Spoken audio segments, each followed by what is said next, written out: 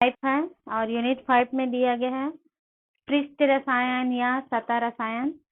और सतह रसायन में होने वाली जो केमिकल रिएक्शंस है उसके बारे में हम लोग यहाँ पर पढ़ेंगे।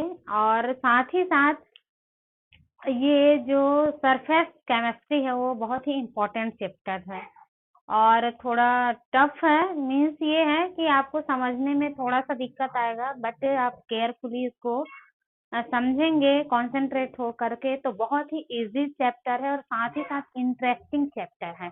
और हमारे जो निजी लाइफ है उसमें भी इसका यूजेस है सरफेस केमिस्ट्री का। तो इसमें हम सरफेस केमिस्ट्री के अंतर्गत दो मेन चीजें पढ़ेंगे, एक है एडजॉर्प्शन और एक होता है एब्जॉर्प्शन। दो चीजों के बारे में हम लोग पढ़ेंगे और मेनली जो पृष्ठ रसायन में वो सबसे इम्पोर्टेंट चीज है एडजॉर्प्शन। एडजॉर्प्शन को ही हमें कंटिन्यू पढ़ना है इस चैप्टर के अंतर्गत। और उससे पहले हम लोग थोड़ा सा देखेंगे एब्जॉर्प्शन। दोनों लगभग एक ही वर्डिंग है, एडजॉर्प्शन एंड एब्जॉर्प्शन, बस इन दोनों का मतलब जो होता है वो अलग अलग होता है, एडजॉर्प्शन और एब्जॉर्प्शन का। तो सबसे पहले हम इस चैप्टर के अंतर्गत स्टार्टिंग में देखते हैं यूनिट 5 और यूनिट 5 है आपका सरफेस केमिस्ट्री। सरफेस केमिस्ट्री पृष्ठ, सरफेस मतलब सब कोई जानते हो, सतह, कोई भी वस्तु का जो पृष्ठ होता है सतह, उसके बारे में हम लोग इसके अंतर्गत पढ़ेंगे पृष्ठ रसायन या फिर सरफेस केमिस्ट्री के अंतर्गत। तो जो सरफेस केमिस्ट्री है उसके अंतर्गत मुख्य रूप से हम लोग दो वर्डिंग देखते हैं, दो वर्डिंग यूज होता है। एक होता है आपका एब्जॉर्प्शन, एक वर्ड होता है एब्जॉर्प्शन और दूसरा वर्ड होता है आपका एडजॉर्प्शन। एडजॉर्प्शन देखो दोनों सेम है, दोनों वर्डिंग कैसा है, सेम है। यहाँ पर अंतर कहाँ पर हो रहा है, इसमें यहाँ पर ए बी है और यहाँ पर ए डी है। तो दो अलग अलग चीजों के बारे में हम लोग पढ़ेंगे, एब्जॉर्प्शन और एडजॉर्प्शन के बारे में पढ़ेंगे। एक को हम क्या बोलते हैं, अवशोषण। एक क्या है आपका, यहाँ पर लिख दे रही हूँ, अवशोषण, और एक क्या है, अधिशोषण। ये दोनों का मतलब यदि आप लोग समझ गए तो ये चैप्टर जो है पढ़ना बहुत ही इजी हो जाएगा और इसको एक्सप्लेन करना भी बहुत इजी है। तो इस चैप्टर के अंतर्गत हम एब्जॉर्प्शन को नहीं पढ़ेंगे, पढ़ना किसको है, हमें एडजॉर्प्शन को पढ़ना है। एब्जॉर्प्शन, हाँ हाँ हाँ।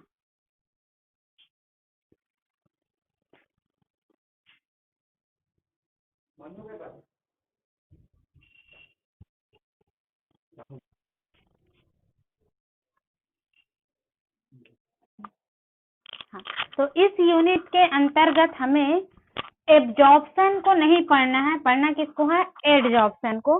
लेकिन इसका मतलब हम लोग थोड़ा देख लें एब्जॉर्प्शन क्या होता है। तो पहले मैं इसको एग्जांपल के थ्रू बता रही हूँ। एब्जॉर्प्शन मतलब होता है जो ऐसे कोई भी पदार्थ जो दूसरे सब्सटेंस को पूरी तरह से अवशोषित कर ले, तो उस प्रक्रिया को कहते हैं हम लोग एब्जॉर्प्शन। इसको मैं एक डायग्राम के थ्रू आपको एक बता रही हूँ तो आपको इजीली समझ में आएगा एब्जॉर्प्शन को। उसके बाद इसी से हम लोग पढ़ेंगे एडजॉर्प्शन। स्पंज जानते हो, स्पंज, स्पंज होता है, मान लो सपोज करो कि ये कोई स्पंज है, सपोज करें क्या है, ये एक स्पंज लिए, ये स्पंज है और इस स्पंज को यदि हम क्या करते हैं, एक बीकर में वाटर ली हूँ मैं, ये एक बीकर ली हूँ, इस बीकर में डला हुआ है वाटर। जब हम इस स्पंज को, ये इस स्पंज को क्या करें, वाटर में डाल देते हैं। जब ये स्पंज आ गया आपका, ये ऐसे वाटर में डाल देते हैं तो ये स्पंज पूरी तरह से इस वाटर को पूरी तरह से क्या करेगा, इस वाटर को अपने आप में अवशोषित कर लेगा। मतलब ये है, ये जो स्पंज होता है वो पूरी तरह से वाटर को अपने आप में अवशोषित कर लेता है। मतलब ये स्पंज जो है वो पूरी तरह से क्या हो जाता है, गीला हो जाता है। आप लोग देखे हो स्पंज, जैसे स्पंज आप लोग देखे भी हैं, जनरली यूज होता है। जब ये स्पंज को हम लोग वाटर में डालते हैं तो ये स्पंज जो है वो पूरी तरह से वाटर को अवशोषित कर लेता है। मतलब इस स्पंज के जो सरफेस पूरा जितना पार्ट होता है, जितना इसका एरिया होता है, वो पूरी तरह से पानी को अपने आप में सोख लेता है, पूरी तरह से पानी को सोख लेता है। ऐसा नहीं होता कि ये जो स्पंज है उसका एक सतह पानी को अवशोषित करेगा ऐसा, और दूसरी सतह पानी को अवशोषित नहीं कर, ऐसा कभी भी नहीं होता है। और जब हम इस स्पंज को पानी से बाहर निकालें और उसे निचोड़ दें, स्पंज को पानी से बाहर निकालकर यदि हम उसको निचोड़ दें तो ये स्पंज जितना पानी अवशोषित किया रहता है वो पानी पुनः क्या हो जाती है, वापस हो जाती है। पुनः वो निचोड़ने पर वो पानी बाहर निकल जाता है या फिर वापस हो जाती है। तो ये प्रक्रिया कहलाता है एब्जॉर्प्शन। क्या कहलाएगा, ये जो प्रक्रिया होती है उसको हम क्या बोलेंगे, एब्जॉर्प्शन। कहने का मतलब ये है कि जब कोई एक सबस्टेंस को दूसरे सबस्टेंस में डाला जाता है तो पहले वाले पदार्थ दूसरे वाले जो पदार्थ है उसको पूरी तरह से अवशोषित कर ले तो उसको कहते हैं हम लोग एब्जॉर्प्शन। ठीक है, इसका और अदर एग्जांपल्स हम देखें तो इसका और अदर, जैसे निजी लाइफ में आप लोग देखे होंगे, एग्जांपल्स में देखें, गुलाब जामुन। गुलाब जामुन खाना थोड़ी है, क्या बोले, वो नेटवर्क का कभी प्रॉब्लम होगा, वीडियो क्लियर नहीं हो रहा था।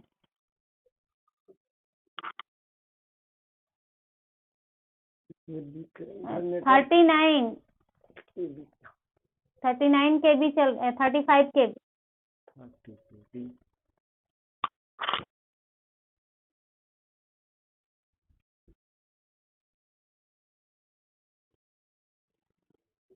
अच्छा, तो नहीं चलो, समझ में आया कि एब्जॉर्प्शन मतलब क्या है। जैसे कि इसका मैं अदर एग्जांपल क्या बताऊं आपको, गुलाब जामुन। गुलाब जामुन क्या रहता है, सूखा रहता है। जैसे ये गुलाब जामुन है, ये कैसा रहता है, एकदम सूखा आइटम है, बनाते हैं तो सूखा रहता है। जब इसको हम क्या करें, ये शक्कर की चाशनी में डुबा देते हैं, शीरे में डुबा देते हैं, तो ये ऐसा नहीं होता कि गुलाब जामुन का आधा पार्ट जो है इस शीरे को अवशोषित करेगा और आधा पार्ट इसको अवशोषित नहीं करेगा, ऐसा नहीं होता। मतलब ये है, जब इस गुलाब जामुन को हम शीरे में डालते हैं तो ये पूरी तरह से वो शीरे को एब्जॉर्ब कर लेता है, अवशोषित कर लेता है। ये प्रक्रिया कहलाता है आपका एब्जॉर्प्शन। और अदर एग्जांपल देखें तो हम लोग जो यूज करते हैं चाक, जब हम इस चॉक को, ये आपका चॉक है, जब इस चॉक को हम लोग पानी में डालते हैं, ऐसा पानी में डाल देते हैं, तो पानी में डालने पर ये चॉक क्या करता है, उस पानी को पूरी तरह से अवशोषित कर लेता है। ये प्रक्रिया कहलाता है आपका एब्जॉर्प्शन। तो इसका एग्जाम्पल हो गया एब्जॉर्प्शन का कि जब हम स्पंज है उसको डुबा देते हैं पानी में, तो या गुलाब जामुन को जब हम लोग शीरे में डुबाते हैं तो गुलाब जामुन पूरी तरह से अवशोषित कर लेता है। या फिर आपका तीसरा चीज देखें, चॉक, तो चॉक क्या करता है, पानी को पूरी तरह से अवशोषित करता है। एक और एग्जांपल देखें तो जब हम लोग जनरली घर में चाय पीते हैं, ये जब हम लोग जनरली घर में चाय पीते हैं और जब चाय में बिस्किट को डुबा देते हैं, चाय है, इस चाय में हम लोग बिस्किट डुबाते हैं तो ये बिस्किट जो है चाय को पूरी तरह से क्या कर लेता है, एब्जॉर्ब कर लेता है। मतलब जितना इसका सरफेस है वो पूरी तरह से इस बिस्किट में क्या हो जाता है, एब्जॉर्ब हो जाता है। तो ये प्रक्रिया कहलाता है एब्जॉर्प्शन। तो एब्जॉर्प्शन का मतलब ये है कि जब एक पदार्थ दूसरी पदार्थ को पूरी तरह से अवशोषित कर ले तो वो कहलाता है एब्जॉर्प्शन। तो हमें इस चैप्टर में एब्जॉर्प्शन के बारे में नहीं पढ़ना है, पढ़ना क्या है, एडजॉर्प्शन के बारे में पढ़ना है। इसमें एब्जॉर्प्शन और एडजॉर्प्शन दोनों में दो वर्ड यूज होता है, सॉल्वेंट और एब्जॉर्बेंट। हम लोग जैसे सॉल्यूशन में पढ़ते हैं, सॉल्यूशन दो चीजों से मिलकर बनता है, एक सॉल्यूट और दूसरा सॉल्वेंट से मिलकर बना होता है। तो वैसे सेम कंडीशन आपका एब्जॉर्प्शन में भी होता है। एब्जॉर्प्शन में एब्जॉर्बेंट होता है और एब्जॉर्बेंट को ही हम सॉल्वेंट के समान मान लेते हैं। जैसे यहाँ पर जो स्पॉन्ज है वो आपका क्या हो जाएगा, एब्जॉर्ब्यूट होगा, एब्जॉर्बेट होगा, एब्जॉर्बेट हो जाएगा। और जो पानी लेंगे वो एब्जॉर्बेंट हो जाएगा। तो दो वर्ड इसमें भी यूज होगा, वो दोनों वर्ड को आपको याद रखना। एक वर्ड हो गया एक वर्ड हो जाएगा एब्जॉर्बेट, एक क्या हो जाएगा, एब्जॉर्बेट, और दूसरा क्या हो जाएगा, एब्जॉर्बेंट। दो वर्ड यूज होता है इसमें भी।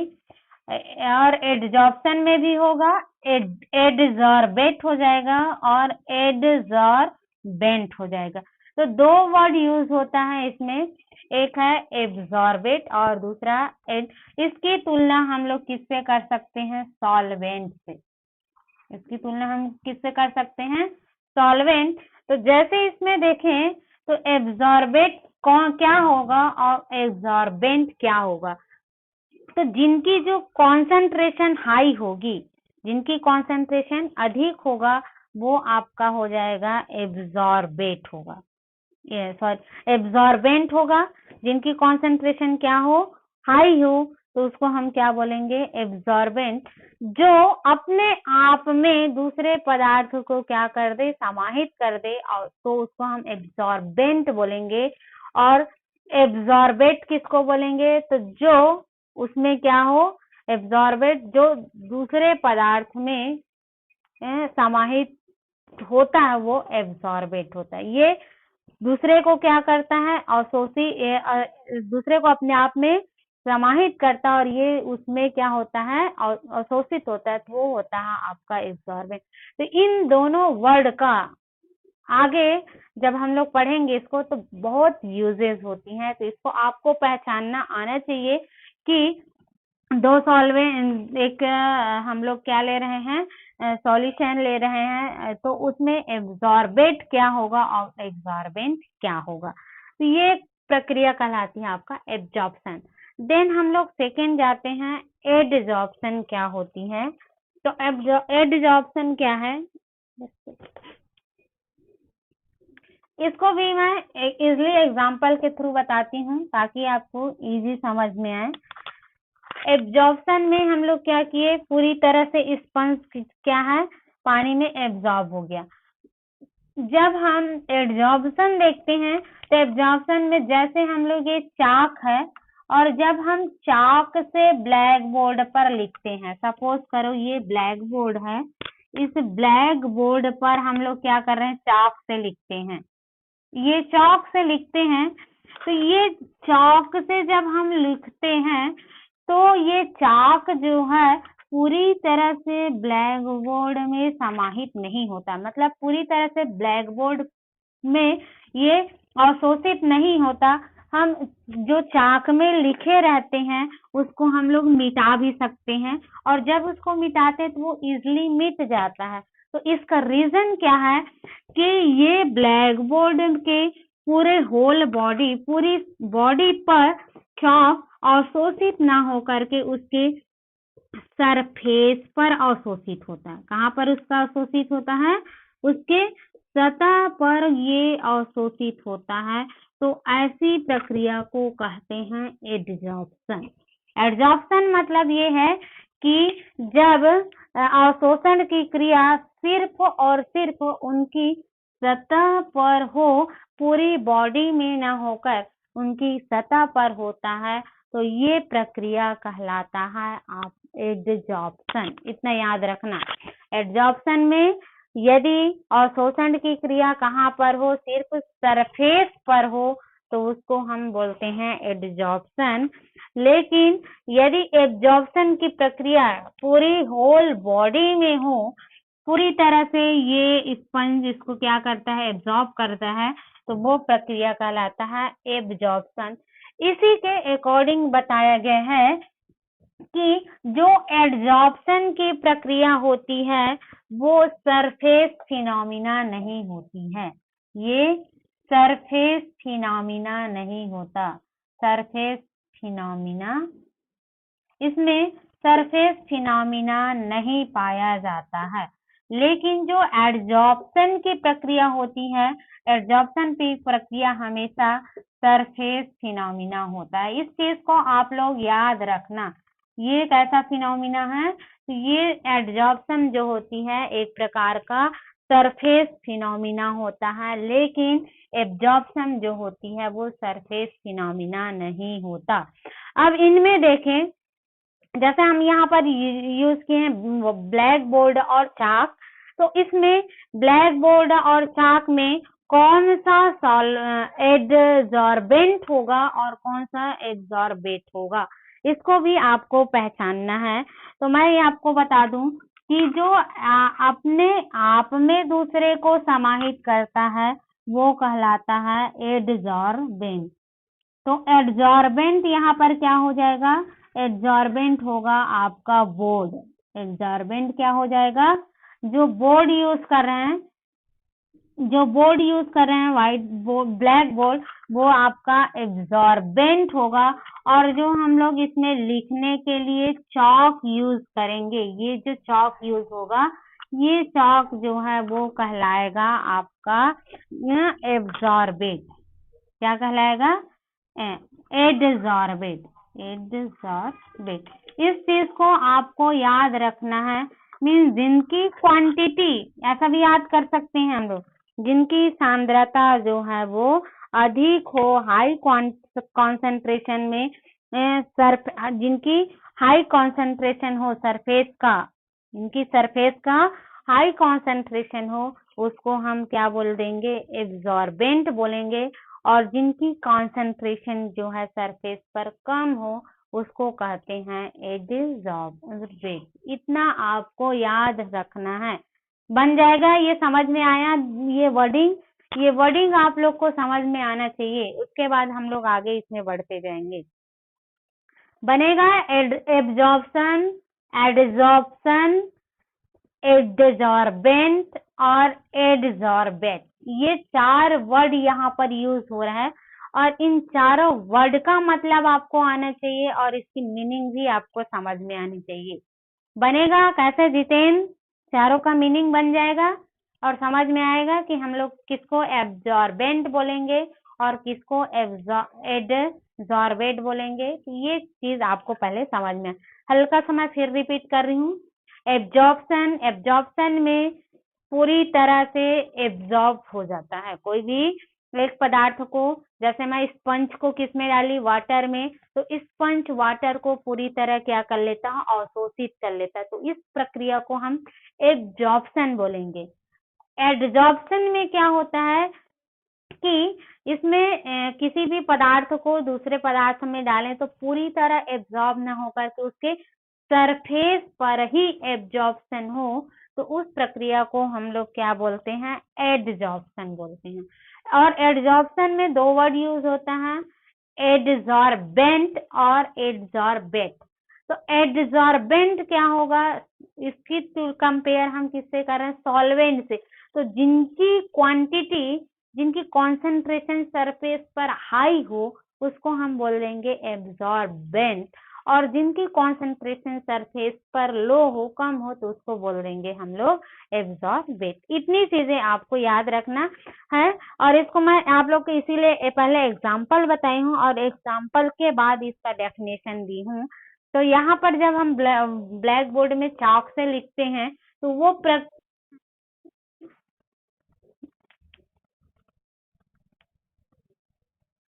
चल ही नहीं पा रहा है, नेटवर्क इशू ही है ये।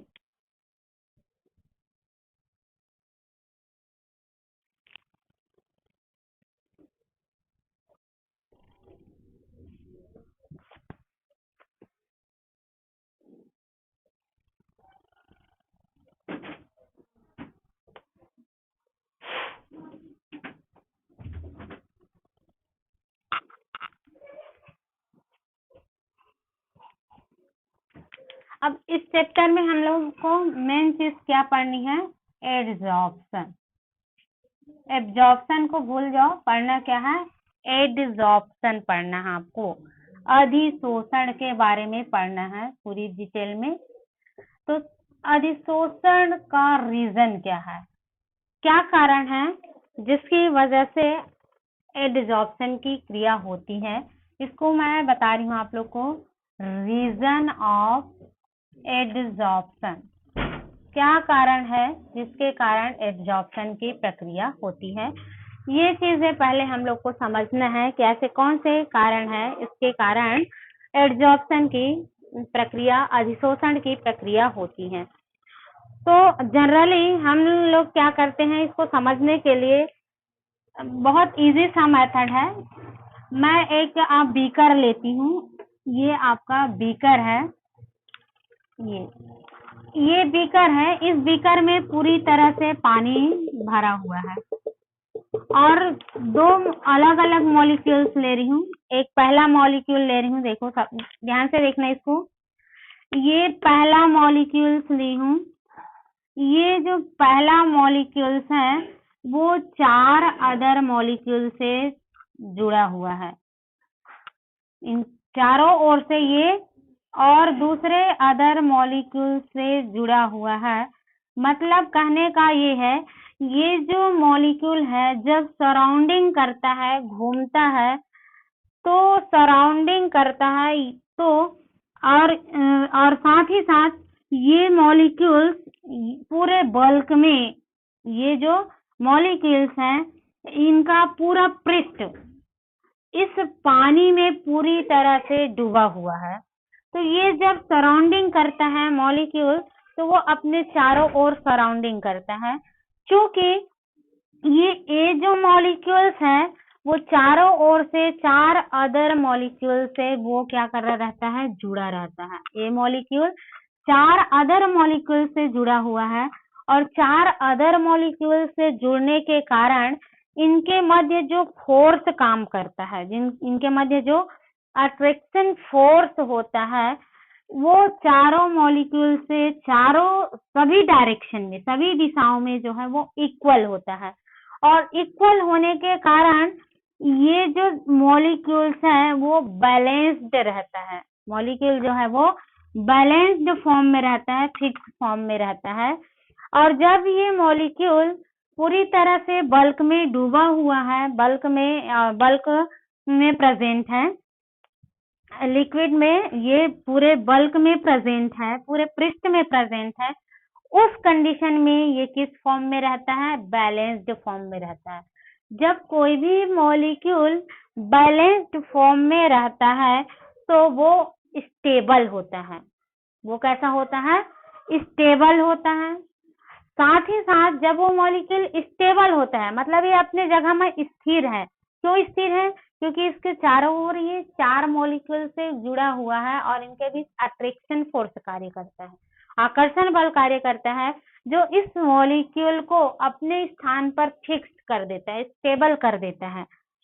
और जब ये स्टेबल रहता है उस कंडीशन में इनकी एनर्जी देखेंगे तो इनकी जो एनर्जी होती है वो कम होती है। ये 4 रीजन होता है जब सतह में पूरी तरह से, लिक्विड में पूरी तरह से क्या हो, ये मॉलिक्यूल ये बल्क में पूरी तरह से कैसा हो, अरेंज्ड हो, लिक्विड फॉर्म। तो ये क्या करता है, पूरी तरह से बैलेंस्ड रहेगा, स्टेबल रहेगा और इनकी एनर्जी क्या होगी, कम होगी। पहला कंडीशन, पहला मॉलिक्यूल। यदि मैं यहाँ पर कोई दूसरा मॉलिक्यूल्स ले रही हूँ, ये दूसरा मॉलिक्यूल्स है, यहाँ पर ये आपका दूसरा मॉलिक्यूल है, ये दूसरे मॉलिक्यूल वो 3 साइड से तो अलग अलग मॉलिक्यूल से आपस में जुड़ा हुआ है। ये 3 साइड से क्या कर रहा है, अदर मॉलिक्यूल से ऐसे आपस में जुड़ा हुआ है, लेकिन इनका जो चौथा डायरेक्शन है वो सरफेस को टच करते हुए जुड़ा है। यहाँ पर ये क्या कर रहा है, चौथा जो मॉलिक्यूल्स है वो कहाँ पर प्रेजेंट है, इनके सरफेस पर प्रेजेंट है। चौथा मॉलिक्यूल कहाँ पर है, सरफेस पर प्रेजेंट है।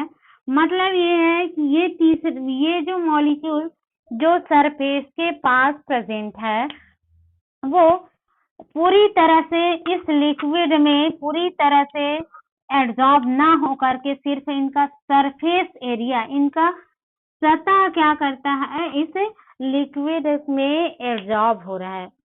ये सिर्फ इनका सतह ही क्या करता है, इनका सतह ही इस लिक्विड में उपस्थित है, और जब सतह ही लिक्विड में उपस्थित होता है तो ये पूरी तरह से सभी डायरेक्शन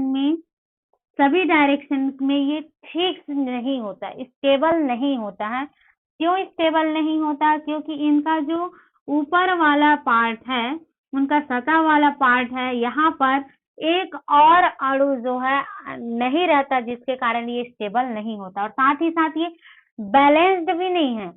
तो ये क्या करेगा, अपने आप को स्टेबल बनाने के लिए, अपने आप को स्थिर बनाने के लिए दूसरे अणु को जो सरफेस पर उपस्थित है वो आकर्षित करेगा। जो सरफेस पर अणु है उसको वो आकर्षित करता है, और आकर्षित करके क्या करेगा, अपने आप को स्टेबल बनाएगा। तो ये दूसरे अणु को जब आकर्षित करेगा तो इसके लिए ये एनर्जी जो होती है वो अधिक हो जाएगा, इनकी एनर्जी क्या होगी, अधिक होगी।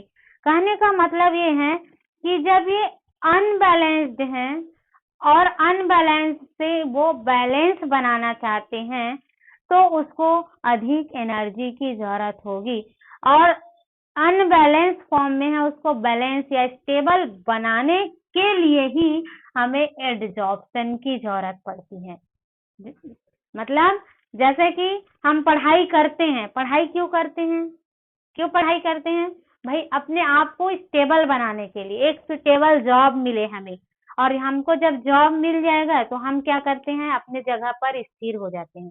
जब हम लोग जॉब मिल जाता है हम लोग को, तो फिर हम लोग इधर उधर नहीं करते, मीन्स अनबैलेंस्ड नहीं होते, और जब तक हमें जॉब नहीं मिला रहता हम लोग क्या करते हैं, इधर उधर भटकते रहते हैं और जॉब ढूंढते रहते हैं कि कहीं से भी हमें एक जॉब मिल जाए, और एक जॉब मिलेगा तो हम अपने आप को स्टेबल बना लेंगे, हम स्थिर हो जाएंगे।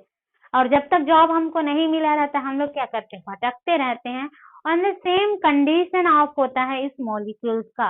इस मॉलिक्यूल ये जो मॉलिक्यूल है वो स्टेबल नहीं है, स्थिर नहीं है, लेकिन ये क्या करेगा, अपने आप को स्टेबल बनाने का प्रयास करेगा, और अपने आप को स्टेबल बनाने के लिए ये सरफेस से दूसरे मॉलिक्यूल को एब्जॉर्ब करता है, और सरफेस से जब ये दूसरे मॉलिक्यूल को एब्जॉर्ब करता है तो इनके लिए एनर्जी जो होती है वो अधिक हो जाती है, अधिक एनर्जी की आवश्यकता होती है।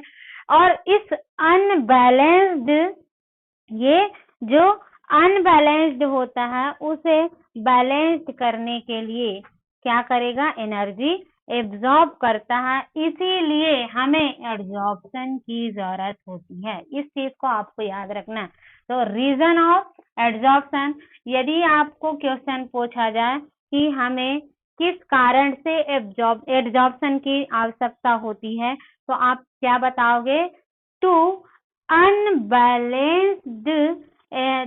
अनबैलेंस्ड फोर्स को बैलेंस्ड करने के लिए हमें एब्जॉर्प्शन की जरूरत होती है। इस चीज को आप लोग याद रखना। तो यहाँ पर दो मॉलिक्यूल है ए और बी, देखो दोनों का रीजन थोड़ा सा बता रही हूँ, ए है और बी। ए क्या है, पूरी तरह से लिक्विड में पूरी तरह से डिसॉल्व है, पहला वाला। तो जब वो पूरी सी डिसॉल्व है तो किस फॉर्म में प्रेजेंट है, बैलेंस्ड फॉर्म में, ये बैलेंस्ड फॉर्म में। दूसरा, जब ये बैलेंस्ड है तो ये क्या हो जाएगा, स्टेबल होगा, और स्टेबल है तो इनके लिए जो एनर्जी होती है वो कम होती है, लेस एनर्जी की जरूरत पड़ती है। इसके लिए जब मॉलिक्यूल कहाँ पर हो, पूरी तरह से लिक्विड में डिसॉल्व हो। लेकिन दूसरा हम लोग मॉलिक्यूल्स लिए हैं वो पूरी तरह से डिसॉल्व न हो करके क्या उनका सरफेस एरिया पर डिसॉल्व होता है। तो उस कंडीशन में ये जो बी वाला मॉलिक्यूल है वो अनबैलेंस्ड रहता है, अनबैलेंस्ड रहता है। दूसरा, अनस्टेबल रहता है। और तीसरी चीजें क्या होती हैं, इनकी मोर एनर्जी होती है। एनर्जी क्या होती है, मोर एनर्जी होता है। तो इस अनबैलेंस्ड अनस्टेबल मॉलिक्यूल्स जो रहती है या अनस्टेबल जो फोर्स है उसको स्टेबल करने के लिए ही हमें एड्जॉर्प्शन की आवश्यकता होती है। इस चीज को आपको याद रखना है, हमें एब्जॉर्प्शन की जरूरत क्यों होती है। तो ये क्या होगा, अनबैलेंस्ड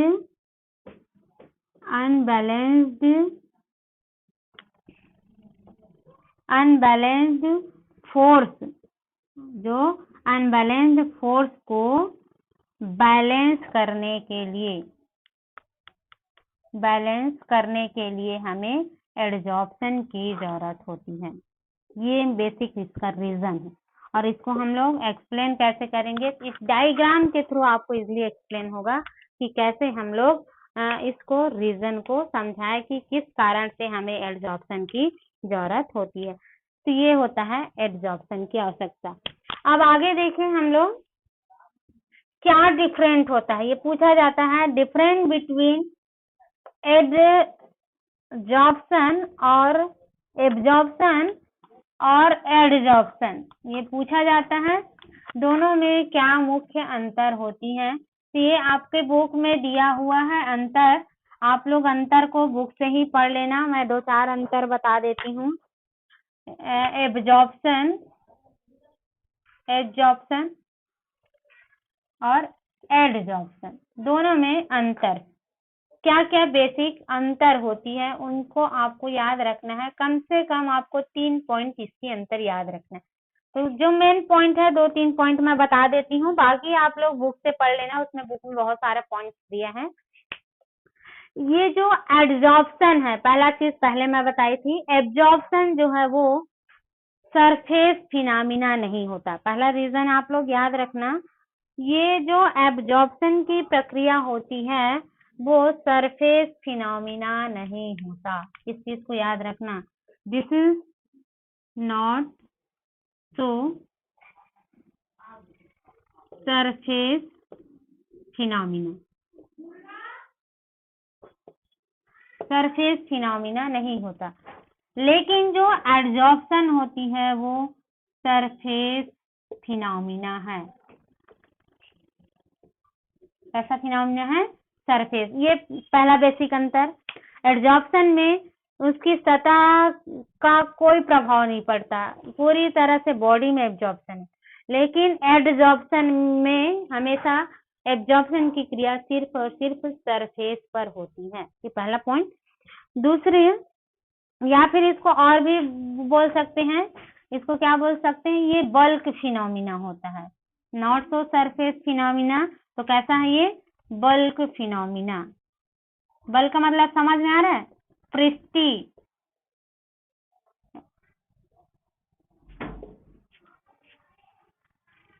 बल्क का मतलब पूरी तरह से ना, पृष्ठी नहीं होगा, पूरी तरह से, बल्क मतलब पूरी तरह से वो एब्जॉर्ब करना। तो ये बल्क फिनोमिना, लेकिन ये कैसा है, सरफेस फिनोमिना। पहला अंतर। दूसरा अंतर देखें तो जो आपका एब्जॉर्प्शन है वो यूनिफॉर्म डिस्ट्रीब्यूशन होता है, इसमें जो डिस्ट्रीब्यूशन होता है वो यूनिफॉर्म होता है, यूनिफॉर्म डिस्ट्रीब्यूशन होता है, याद रखना इसको। लेकिन एड्जॉर्प्शन में यूनिफॉर्म डिस्ट्रीब्यूशन नहीं होता, यूनिफॉर्म नॉट डिस्ट्रीब्यूशन, इस चीज को याद रखना। एब्जॉर्प्शन की जो प्रक्रिया होती है वो एक प्रकार का देखें तो इंडोथर्मिक प्रक्रिया होती है। कैसा प्रक्रिया होती है? एब्जॉर्प्शन की जो प्रक्रिया है वो इंडोथर्मिक प्रक्रिया होती है, इंडोथर्मिक प्रोसेस होता है।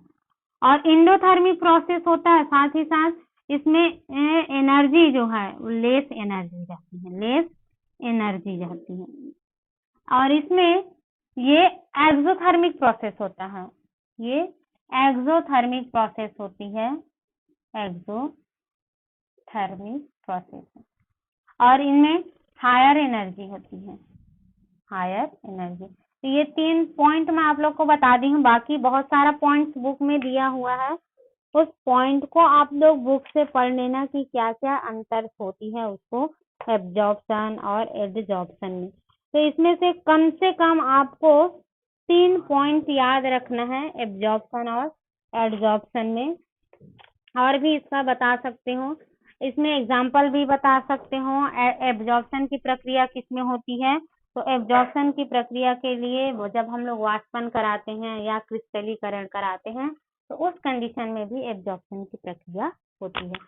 अब देखिए इस आगे इनके टाइप्स, कौन कौन से टाइप की एब्जॉर्प्शन होता है, टाइप ऑफ एब्जॉर्प्शन। तो जनरली देखें 2 टाइप का एब्जॉर्प्शन होता है, और ये 2 टाइप का एब्जॉर्प्शन उनके मध्य पाए जाने वाले फोर्स के आधार पर बताया गया है। जो फोर्स इन पर कार्य करता है उस फोर्स के आधार पर एब्जॉर्प्शन को 2 पार्ट में बांटा गया है, 2 टाइप एब्जॉर्प्शन। 2 टाइप का एब्जॉर्प्शन होता है on the basis of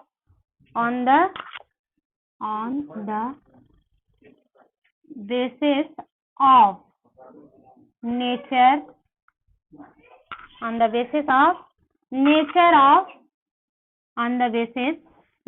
of force, जो फोर्स इन पर कार्य करता है, और नेचर ऑफ फोर्सेस बिटवीन किसके किसके बीच, बिटवीन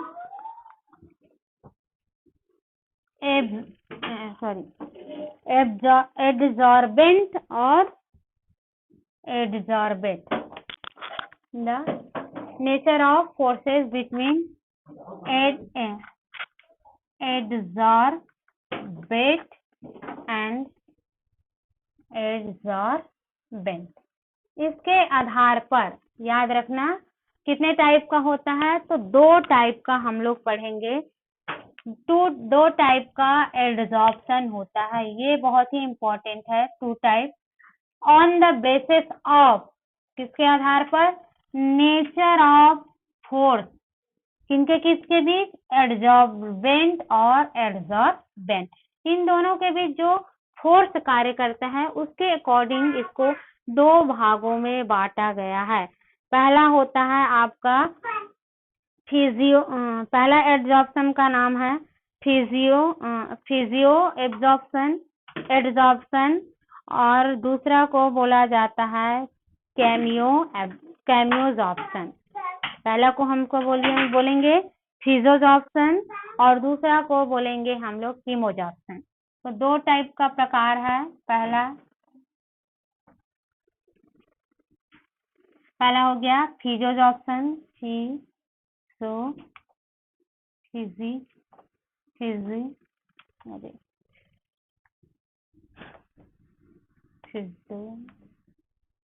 फिजियोजॉर्प्शन, और दूसरा टाइप है आपका कीमोजॉर्प्शन।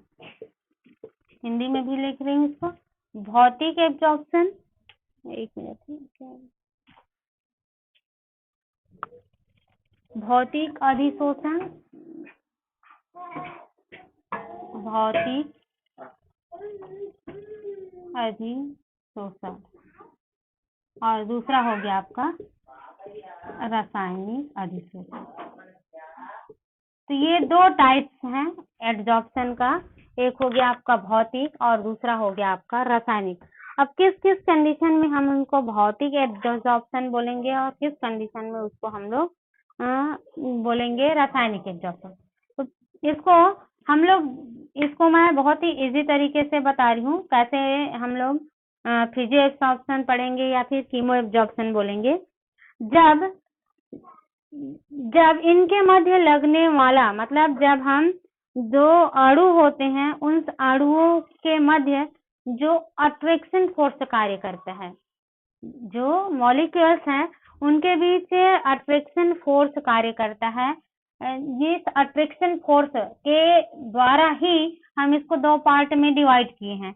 और यदि ये जो अट्रैक्शन फोर्स कार्य करता है और इनके मध्य जो बनने वाला बॉन्ड जो है, जो बॉन्ड बनेगा वो यदि क्या हो, वीक हो, इनके मध्य जो बॉन्ड बनेगा वो बॉन्ड यदि वीक हो और वीक हो तो वहां पर जो एड्जॉर्प्शन की प्रक्रिया होगी वो भौतिक एड्जॉर्प्शन होगा। यदि एड्जॉर्प्शन की क्रिया हो और जो बॉन्ड कार्य करता है या फोर्स ऑफ अट्रैक्शन बोला जाए, फोर्स ऑफ अट्रैक्शन कैसा हो, विक्स हो, आकर्षण बल क्या हो, कम हो, आकर्षण बल कम हो, तो वहां पर जब एड्जॉर्प्शन की क्रिया होगी वो कहलाएगा फिजियोजॉर्प्शन। और आकर्षण बल कम किसमें होता है, तो वो है वांडर वाल बल। कौन सा बल है, तो वो है आपका वांडर वाल। वांडर वाल जो बॉन्ड होता है उसके मध्य हमेशा देखेंगे तो वीक बॉन्ड होता है और वीक बॉन्ड होने के कारण यहाँ पर फिजियोजॉर्प्शन होगा। लेकिन जब आकर्षण बल अधिक हो, आकर्षण बल क्या हो, अधिक हो, उस कंडीशन में जो बॉन्ड बनता है वो बॉन्ड कैसा रहता है, स्ट्रांग रहता है, स्ट्रांग बॉन्ड बनता है। और जब भी स्ट्रांग बॉन्ड बनता है तो वहां पर जो एब्जॉर्प्शन की क्रिया होगी वो कहलाएगा आपका कीमोजॉर्प्शन। और कीमोजॉर्प्शन जो है जनरली ऐसे बॉन्ड जिसमें फोर्स ऑफ अट्रैक्शन अधिक हो उसमें पाया जाता है। और ऐसे बॉन्ड है आपका जितने भी कोवैलेंट बॉन्ड यूज करते हैं, जितने भी जो कोवैलेंट बॉन्ड होता है उसमें हम लोग देखेंगे तो कीमोजॉर्प्शन की प्रक्रिया होती है। तो इसी के अकॉर्डिंग इसको दो पार्ट में बांट दिया गया है, एड्जॉर्प्शन को, फिजियोजॉर्प्शन और कीमोजॉर्प्शन। फिजियोजॉर्प्शन में जो बॉन्ड बनेगा वो वीक रहेगा और इनके मध्य जो अट्रैक्शन फोर्स कार्य करता है वो भी कम होता है। इस ऐसे बॉन्ड है आपका Van der Waals bond. Van der bond जो है इजिली ब्रेकआउट होता है, इसलिए हम इसको में जो प्रक्रिया होगी उसको बोलेंगे फिजियोजॉर्प्शन। लेकिन जब स्ट्रांग बॉन्ड हो, आकर्षण बल अधिक हो और तो वहां पर कोवेलेंट बॉन्ड का फॉर्मेशन होगा और ये कीमोजॉर्प्शन की प्रक्रिया होगी। इस चीज को आपको याद रखना है, कीमोजॉर्प्शन की प्रक्रिया और आपका फिजियोजॉर्प्शन की। दूसरी चीजें और बता दूं, इसमें जब बॉन्ड का फॉर्मेशन होता है तो बॉन्ड का फॉर्मेशन होता है तो यहाँ पर एनर्जी रिलीज होता है। एनर्जी क्या होगा, रिलीज होगा। क्यों एनर्जी रिलीज होता है, क्योंकि यहाँ पर जो बॉन्ड का फॉर्मेशन होगा तो यहाँ पर एनर्जी रिलीज होगा। और यहाँ जो एनर्जी रिलीज होता है वांडर बॉल बल के लिए, मतलब फिजियोजॉर्प्शन की जो प्रक्रिया होती है उस रिलीज एनर्जी जो होती है वो कम होता है, रिलीज एनर्जी कम होती है। और ये